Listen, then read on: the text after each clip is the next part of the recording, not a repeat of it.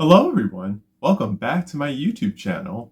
In this video, we are continuing the fourth section of information literacy by talking about the eighth topic on the problems with disinformation and misinformation.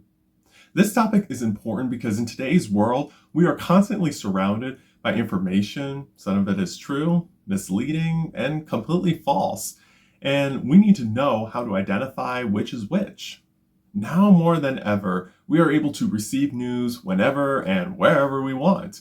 We can read articles online, watch 24-hour cable news, scroll through social media feeds, or check out YouTube videos. This shows that information is more convenient and accessible than ever, as I talked about in my previous video. Social media platforms in particular have become the digital public square. They are not just for sharing vacation photos or life updates anymore. They are also where news breaks, where ideas circulate, and where people debate various issues. Independent creators can post stories that bypass traditional media outlets, giving individuals the power to shine a light on topics that mainstream media outlets might overlook. That's a powerful freedom, but it comes with some risk. Not everything we see online is true. There is a saying, don't believe everything you read on the internet. That could not be more relevant today. On the positive side, digital tools allow us to raise awareness about important issues and connect directly with others. But because anyone can publish anything without reviewing it, false information spreads just as easily, sometimes even faster than the truth. And once it is out there, it is impossible to erase from people's minds. Even if a post is debunked, the original claim still lingers in people's minds.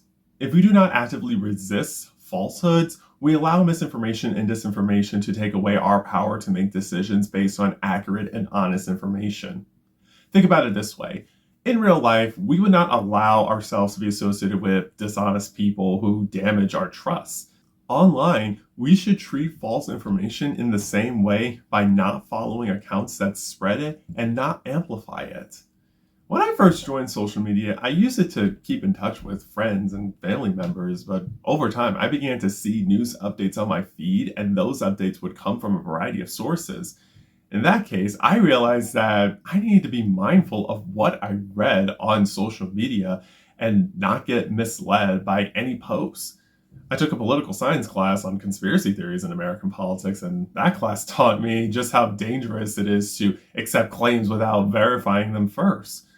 Now, I make it my responsibility to avoid spreading junk information. If I do not want to see it, I definitely do not want my friends and family to see it either.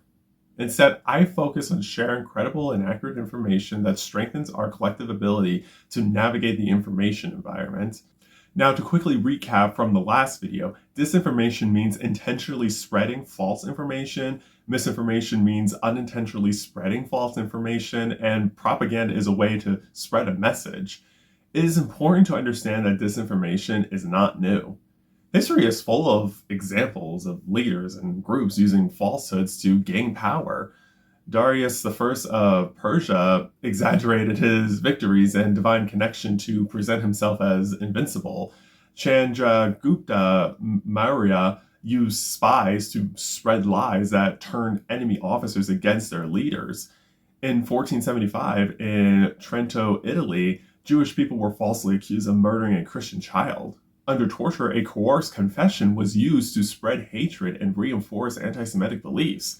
In the 19th century, stereotypes about Black people were promoted by figures like John C. Calhoun, Thomas Hamilton, and Benjamin Moseley to devalue Black people as less than human beings, such as supposed physical and intellectual differences between races and higher tolerance for beatings and pain.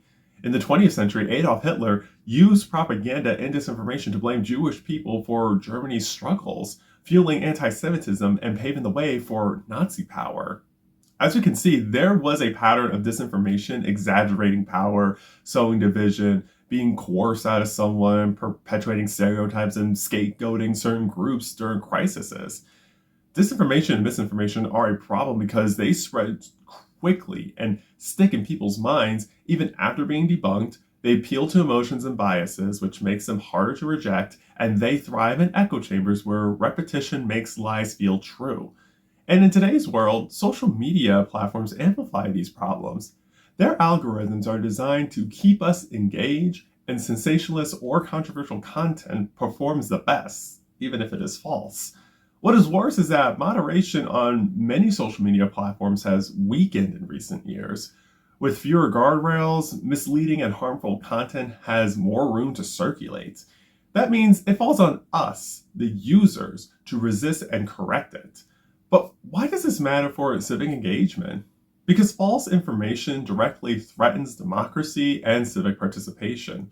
Lies can undermine trust in elections, harass election workers, confuse voters about when or how to vote, justify voter suppression laws, and even fuel violence, such as the January 6, 2021 riots in the US Capitol. With all this in mind, if false information is so damaging, why do people believe it? Keep in mind that humans are naturally drawn to unpredictable actions because they are new to us and we are interested in seeing what happens next. We can think of this as interrupted cadence in music, where if we hear a catchy song for the first time, we become hooked to hearing the rest of the lyrics.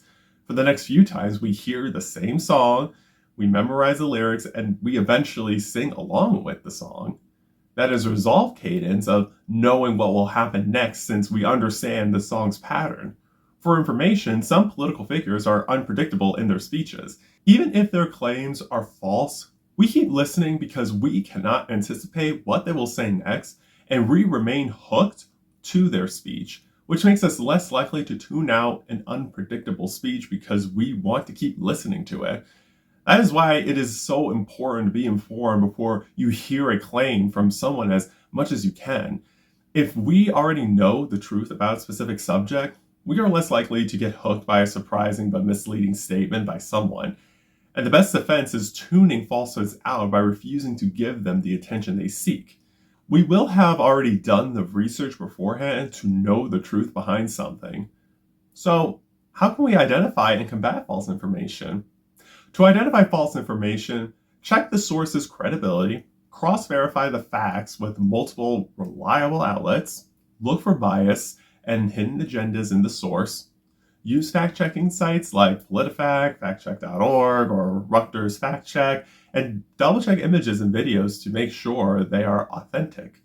To combat false information, share accurate information instead of amplifying lies, reinforce shared values and focus on the truth, give clear guidance to others on how to properly interpret information, encourage critical thinking and skepticism, especially on something that sounds too good to be true, use the available social media reporting features to flag false content, and rely on trusted messengers within communities to help get the word out on reducing the spread of false information.